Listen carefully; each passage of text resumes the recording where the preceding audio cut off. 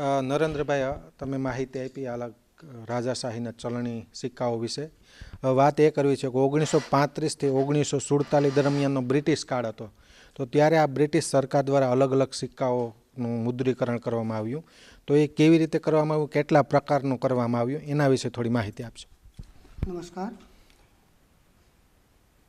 1947 ભારત સ્વતંત્ર તે પહેલાં 1835 બ્રિટિશ સમય હતો. 1835થી 1947 બ્રિટિશ સમયગાળાની અંદર ₹1 અને $1 બંનેની સેમ કિંમત હતી.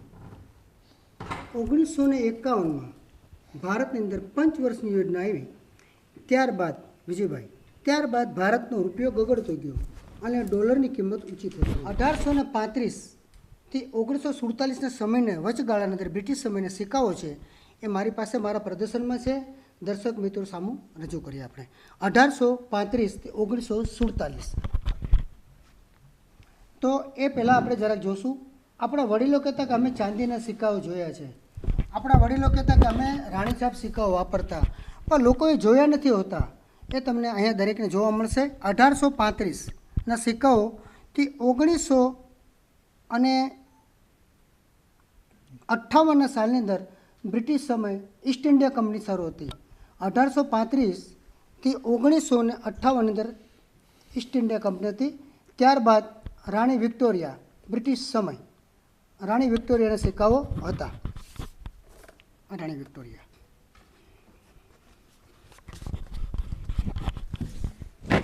1862-1901ની સાલની અંદર રાણી વિક્ટોરિયાના સિક્કાઓ ચાલતા. આપણા ભારતની અંદર કહેતા કે અમે રાણીછાપ સિક્કાઓ વાપરતા. લોકોએ સાંભળેલું છે પણ જોયા નથી હોતા. તો દર્શક મિત્રો આપણી સમક્ષ મૂકેલા છે અહીંયા સિક્કા. 1862થી 1901ની સમયની અંદર રાણીછાપ સિક્કા કહેતા. અહીંયા 15 સિક્કા આપો, 15 સિક્કા બરાબર 1 સોના મોહર આપવામાં આવતી. એ સમયે બ્રિટિશ સમયની અંદર પણ સોનાના સિક્કાઓ પર શરૂ હતા વિજયભાઈ. ₹1, ₹5 અને ₹15ના સિક્કાઓ સોનાના સિક્કાઓ હતા. ખાસ ચલણમાં વાપરવામાં ન હતા, પણ ખાસ વેપાર માટે લોકો રાખતા અને વેપાર માટે બહાર લઈ જતા સોનાના સિક્કાઓ. રાણી વિક્ટોરિયા 1862થી 1901 50 પૈસા, 25 પૈસા અને 2 આની ચાંદીના સમયના સિક્કાઓ હતા. આપણે 2 આનીના સિક્કાઓ પણ અહીંયા જોવા મળશે.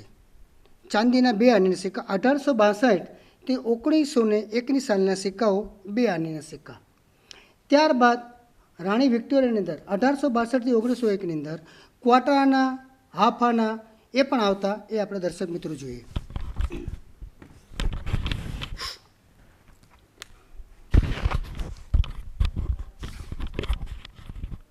(1862થી 1901) ક્વાર્ટર આના, 1/12, 1/2 અને આ સિક્કાને અડધો રૂપિયો કહેતા, હાફ આના.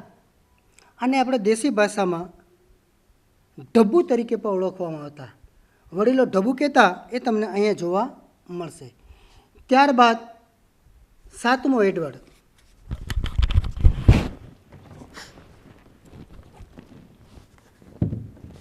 1903-1910ની અંદર 7મા એડવર્ડે ભારતની અંદર શાસન કર્યું. બહુ ઓછા સમયમાં શાસન કર્યું. આ સિક્કાને આપણે ટકલો સિક્કા તરીકે ઓળખવામાં આવતા. વડીલો ટકલો સિક્કા કહેતા વિજયભાઈ. એ તમને અહીંયા દર્શક મિત્રો જોવા મળશે. એમાં ₹1, 50 પૈસા, 25 પૈસા અને 2 આની એ ચાંદીના સિક્કાઓ હતા. ત્યારબાદ ક્વાર્ટર આના, 1/12, 1/4 તમને એ અહીંયા જોવા મળશે. ત્યારબાદ હતું પંચમ જોર્જના સિક્કાઓ. પંચમ જોર્જ,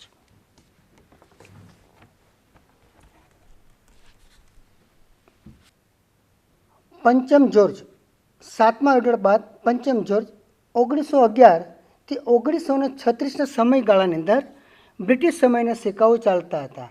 રાજાના સિક્કા કહેતા આપણા વડીલો. રાજાના સિક્કા એ તમને અહીંયા જોવા મળશે. ₹1, 50 પૈસા અને 25 પૈસા અને 2 આની એ તમામ સિક્કાઓ ચાંદીની ધાતુના સિક્કાઓ બનાવવામાં આવતા હતા. ત્યારબાદ આપણે જોશું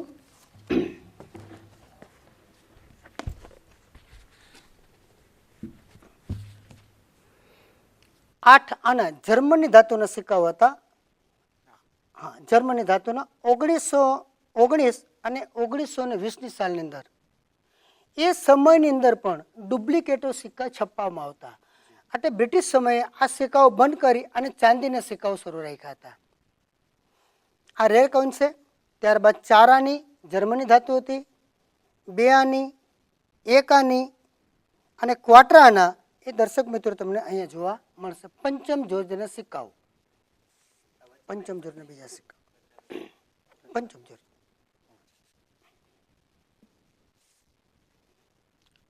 પંચમ જોર્જના સિક્કાઓ 1 ક્વાર્ટર આના, 1 12અંશ, 1 ચતુર્થાંશ.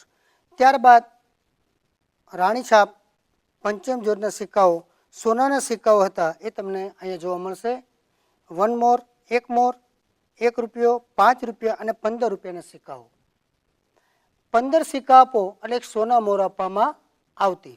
15 સિક્કા ચાંદીના બરાબર 1 સોના મોર આપવામાં આવતી. હા, સોનાના સિક્કા 15 રૂપિયા, 5 રૂપિયા અને 1 રૂપિયો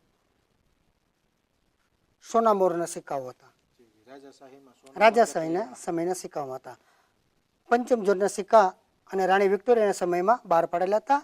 અને ખાસ સોનાના સિક્કાઓ વધારે ચલણમાં નહોતા, પણ વેપાર માટે લોકો ઉપયોગ કરતા હતા. કોઈ બહારે જવું હોય ત્યારે લોકો આનો ઉપયોગ વધારે કરતા હતા. ત્યારબાદ આવે છે છઠ્ઠો જોર્જ.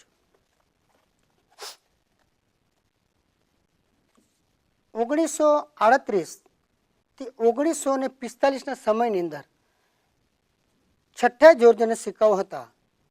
એ સમયની અંદર ચાંદી મોંઘું થતા બ્રિટિશ સમયના અંદર લોકો એ સમયની અંદર રૂપાની ધાતુના સિક્કાઓ બનાવવામાં આવતા. અને આ સિક્કાને ગરડિયા પૈસા તરીકે પણ ઓળખવામાં આવે છે. હવે એમની અંદર વિજયભાઈ અત્યારે એવું છે કે 1939નો સિક્કો એ રેર સિક્કા છે, બહુ ઓછા છપાયેલા છે. એમાં ડુપ્લિકેટ અત્યારે બહુ છપાતા હોય છે. અને દર્શક મિત્રો ક્યારે પણ લોભામણી વસ્તુમાં નહીં આવશો. મહેરબાની કરીને ડુપ્લિકેટ સિક્કાઓ આવતા હોય છે 1939માં, એ લોકો અમારી પાસે બહુ આવતા હોય છે અને લોકોને છેતરતા હોય છે. માટે ડુપ્લિકેટ સિક્કાથી સાવધાન રહેવું. હું કોઈન્સ કલેક્ટર છું, એમ ઘણા કોઈન્સ કલેક્ટર હોય, એમની સાથે વાતચીત કરો તો તમને ખ્યાલ આવશે અને તમને સાચું નોલેજ મળશે. અને નરેન્દ્રભાઈ આટલો કલેક્શન એકત્રિત કરો છો આ વિદેશી સિક્કાઓ છે, અન્ય સિક્કાઓ, તો એકત્રીકરણ કેવી રીતે કરો? કોઈ પણ સાલ પ્રમાણે સિક્કા લેવા માટે મારે મોંઘી કિંમતમાં સિક્કા લેવા પડતા હોય છે. માની લો કે મારી પાસે 1939 સિક્કો છે તો રેર સિક્કો છે. એક સિક્કાની કિંમત અત્યારે 3.5 લાખ રૂપિયા છે. તો તમને એમ થશે 3.5 લાખ રૂપિયા કેમ? કેમ કે એ રેર છે, એ ઓછા છપાયેલા હોય છે. બાકીના બધી સાલ પ્રમાણેના બધા વધારે છપાય, લાખો અને કરોડોની સંખ્યામાં છપાતા હોય છે. એટલા માટે રેર છે. અત્યારે એમાં ડુપ્લિકેટ બહુ આવે છે એટલે સમજીને બહુ લેવું પડે છે. એમની અંદર પછી 50 પૈસા છે, 25 પૈસા છે અને ત્યારબાદ વાયસર પૈસો આપણો વડીલો કહેતા. વાયસર પૈસાનો ઉપયોગ પહેલાં માણસો પટ્ટો બનાવતા કમરનો. અત્યારે આ વાયસર પૈસાનો ઉપયોગ ઘરની અંદર દીવાની અંદર પણ કરવામાં આવે છે. ત્યારબાદ આ ઢબુડી જે કહેતા એ, જેને અડધવાનો કહેવામાં આવે છે, લોકો ઢબુડી કહેતા કે ઢબુડી છે તારી પાસે, આ ઢબુડી કહેતા એ તમને અહીં જોવા મળશે. એક ઢબુડી, પછી 1 આનો, 2 આની અને 4 આની હતી. આ બ્રિટિશ સમય ખતમ થયો ત્યારબાદ ભારત સ્વતંત્ર થયું 1947માં. તો જેમ આપણે ભારત સ્વતંત્ર થયું વિજયભાઈ 1947માં અને 57 પછી ભારત સરકાર દશક પદ્ધતિ અપનાવી, તો એ પહેલાંના સમયને બ્રિટિશની અંદર પૈસા કેવી રીતે ચાલતા એ વિશે તમને સમજાવું.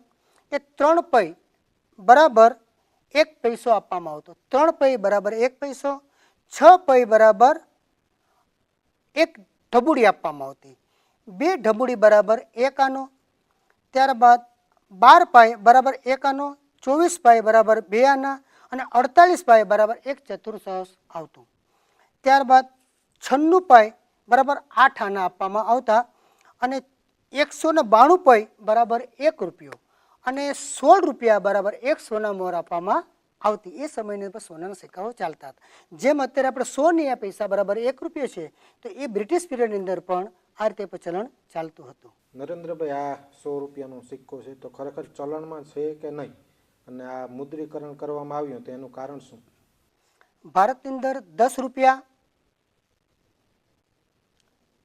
20 રૂપિયા, 50 રૂપિયા અને 100 રૂપિયાના સિક્કાઓ ખાસ સ્મારક માટે બનાવવામાં આવે છે, ખાસ સંગ્રાહકો માટે. અને જૂજ સિક્કાઓ બનાવે છે સરકાર, અને ખાસ શોખથી નથી બનતા, અને ખાસ યાદી રૂપે સ્મારકની અંદર બનાવવામાં આવતા હોય છે. આમની કિંમત વધારે હોય છે. અત્યારે આ સિક્કો મેં પોતે 2000 રૂપિયામાં ખરીદી કરેલો છે. ચાંદીના સિક્કા હોય છે, ખાસ સંગ્રાહકો અને મ્યુઝિયમ વાળા માટે. હા, આ કોઇન્સ કલેક્ટરો પાસે હોય છે, અથવા ડીલરો હોય છે. બોમ્બે છે, હૈદરાબાદ છે, કલકત્તા છે, અલગ અલગ રાજ્યની અંદર કલેક્ટર હોય છે અને ડિસ્ટ્રીબ્યુટર હોય, એમની પાસેથી પણ મળી જાય છે. અને કોઈ પણ સારા ડિસ્ટ્રીબ્યુટર પાસેથી લેવા થોડાક મોંઘા પડે, પણ એમની પાસેથી આપણે ડુપ્લિકેટ સિક્કાઓ નથી મળતા.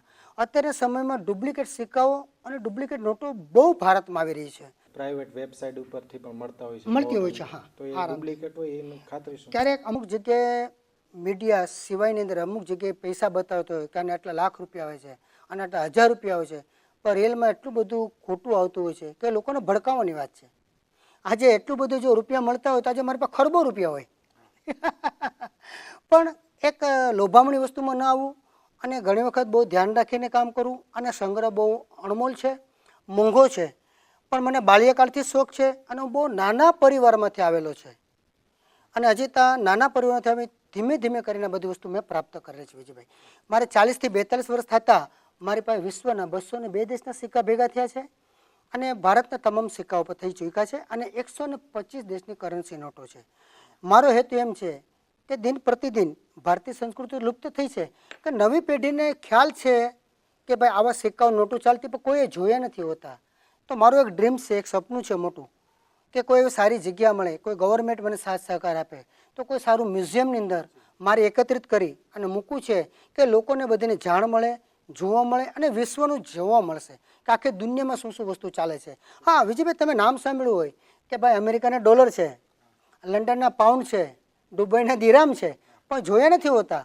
પણ તમને દરેકે દરેક વસ્તુ દર્શક મિત્રોને જોવા મળે, જાણવા મળે, અને એની વિનિમય પદ્ધતિ પ્રમાણે એને કેટલું રૂપિયાનું ટ્રાન્સલેશન થાય છે એ પણ આપણે જાણવા મળતું હોય છે. નરેન્દ્રભાઈ, ભારતીય કરન્સીની આપણે વાતો કરી અલગ અલગ, હવે આપણે વિદેશની પણ વાતો કરશું. તમે કીધું 202 દેશ, બરાબર. એટલે આ એપિસોડ તો અહીં પૂરો કરીએ છીએ. Thank you. અલગ અલગ નોટનો એપિસોડ બનાવશું, અને વિદેશની જે કરન્સી છે આગળના એપિસોડની અંદર એ વાતો પણ આપણે કરશું. જરૂર જરૂર.